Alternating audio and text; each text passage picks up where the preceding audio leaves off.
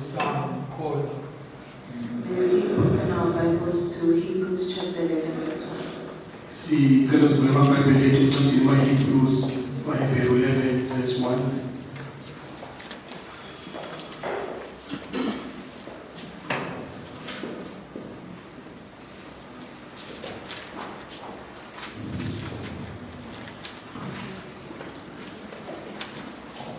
Hebrews chapter 11 verse 1.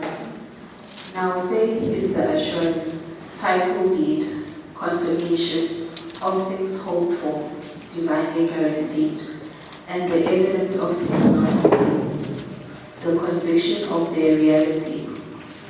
Faith comprehends as sight what cannot be experienced by the physical senses. Amen. Amen. Where faith says something will happen even if there's no evidence, Lapho kukholwa ukuthi khona into eyenzeka ngokungena ubufakazi. fear says it cannot happen because there is no evidence. Kusaba ukuthi angeke kwenzeke ngoba ubufakazi. Faith doesn't require evidence. Kukholwa akudingi ubufakazi. It believes that God's plan over your life or the promise that God has given you will happen Kusho ukuthi lo uNkulunkulu akuthembise kona kutawenzeka even if there is no evidence. noma ungekho ubufakazi. Fear requires some form of evidence to believe that the promise that God has made over your life will come true. Fear needs proof and evidence that the thing that God has promised you or the plan that God has made over your life will come true. Kusaba kufuna ukuthi lo uNkulunkulu akuthembise ukuthi kutawenzeka. Faith is a complete trust in God no matter what happens. Ukholwa lokuthembela kuNkulunkulu noma kwenzeka yini. But fear is a lack of trust in God. It's a trust in yourself. Kodwa kusaba kusho ukuthi ungathembeli uNkulunkulu ukuthembela kuwe. To demonstrate the relationship between fear and faith, I'd like to call my two volunteers to the front. Amen.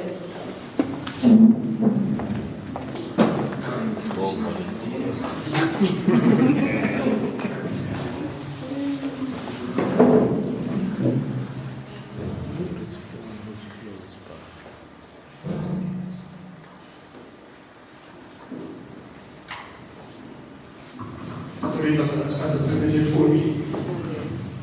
This is faith. Lo ukholwa, This is you. lo nguwe, And this is fear. naku saba. Sicela kusaba kungalapha.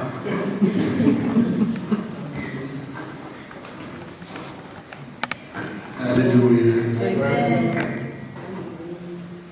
As you previously said, faith does not need evidence. Njengoba sisho ukuthi ukholwa kudinga ubufakazi. So I'm going to close your eyes. Siyovala uvala amehlo akho. As you said, Bazanan, this is faith. Lo ukholwa, This is you. lo nguwe lona, And that's fear. lo ukusaba. God has not forgotten you. Walk straight. uNkulunkulu akhohlwa hamba ucoze phambili.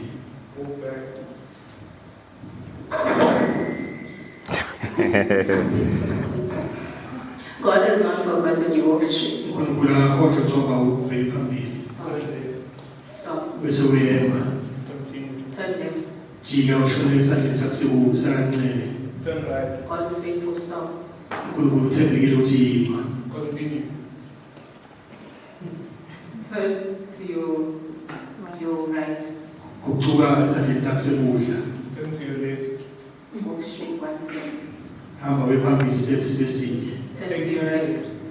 Jika ushone ka left wakho, ka right wakho. Turn to your right. Hamba we ka right. Sit down.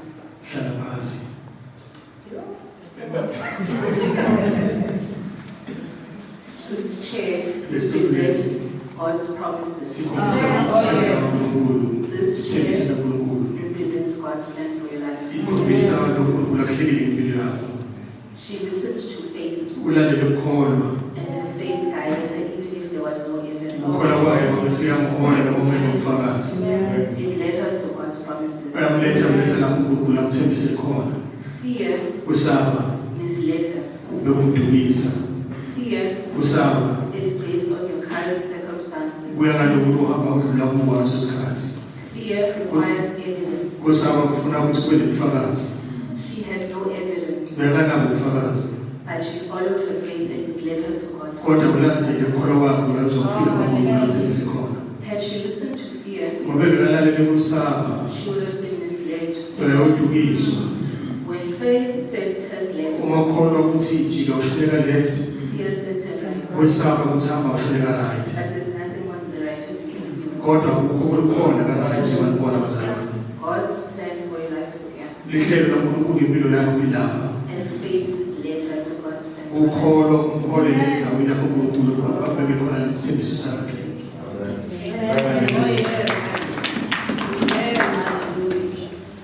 From this example, it is clear that faith and fear can't exist at the same time. kuyabonakala lapho ku-example ukuthi kwesaba bekungathimbi ngeke kuhlakane ngaso sonke isikhathi It's either you have faith and your faith casts out your fear, kuye ukuthi unawo ukholwa bese kukhipha kwesaba kuwe or you have fear and your fear casts out your faith. ube unewesaba lokuxosha ukholwa kuwe.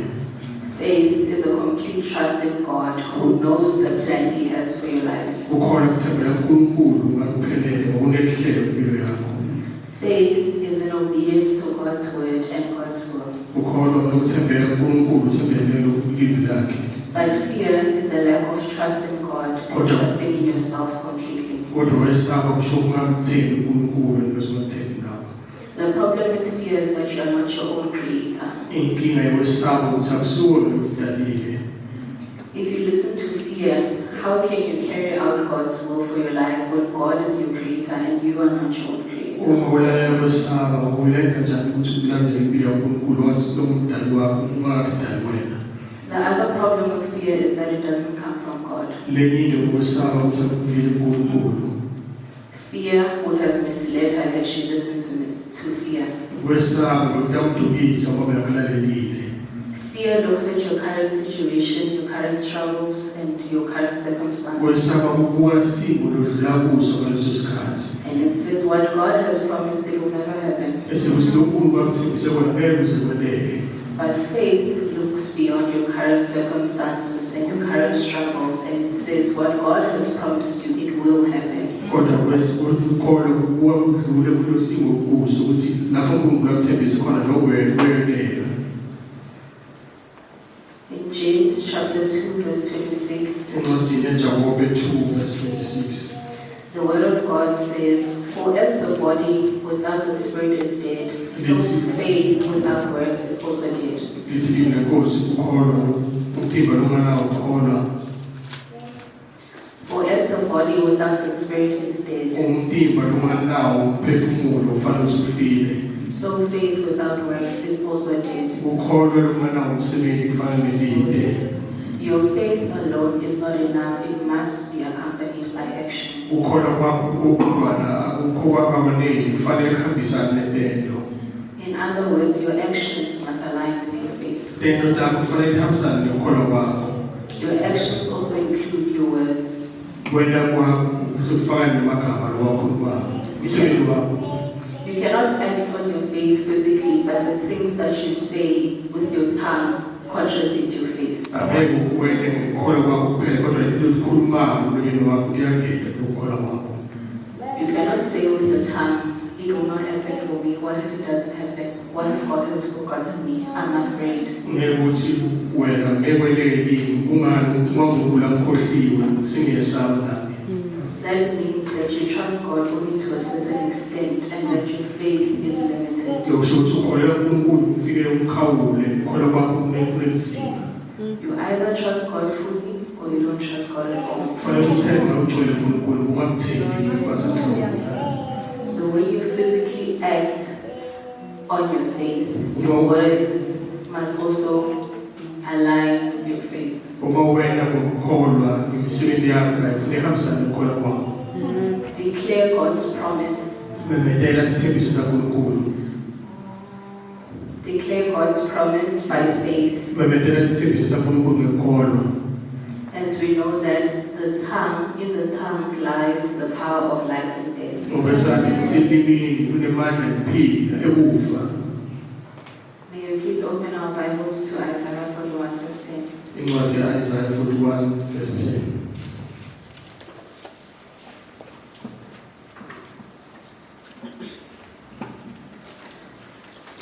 Isaiah 41 verse 10. Fear not, for I am with you. Be not dismayed, for I am your God. I will strengthen you. Yes, I will help you.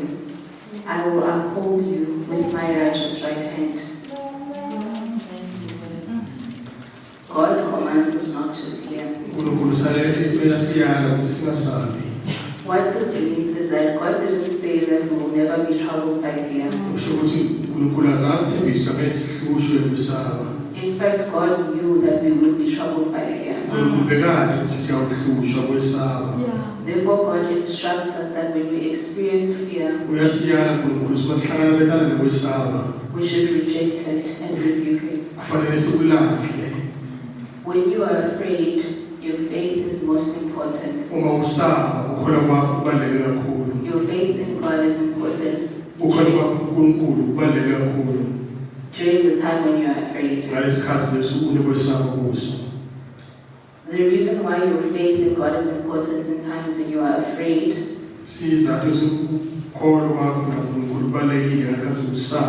is because when you are troubled by fear, you must have faith that God is with you,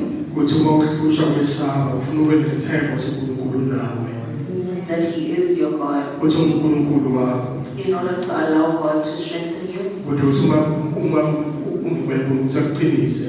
to uphold you with His righteous right hand, and to help you. I leave you with one question, Bazarani. What is leading your life, faith or fear?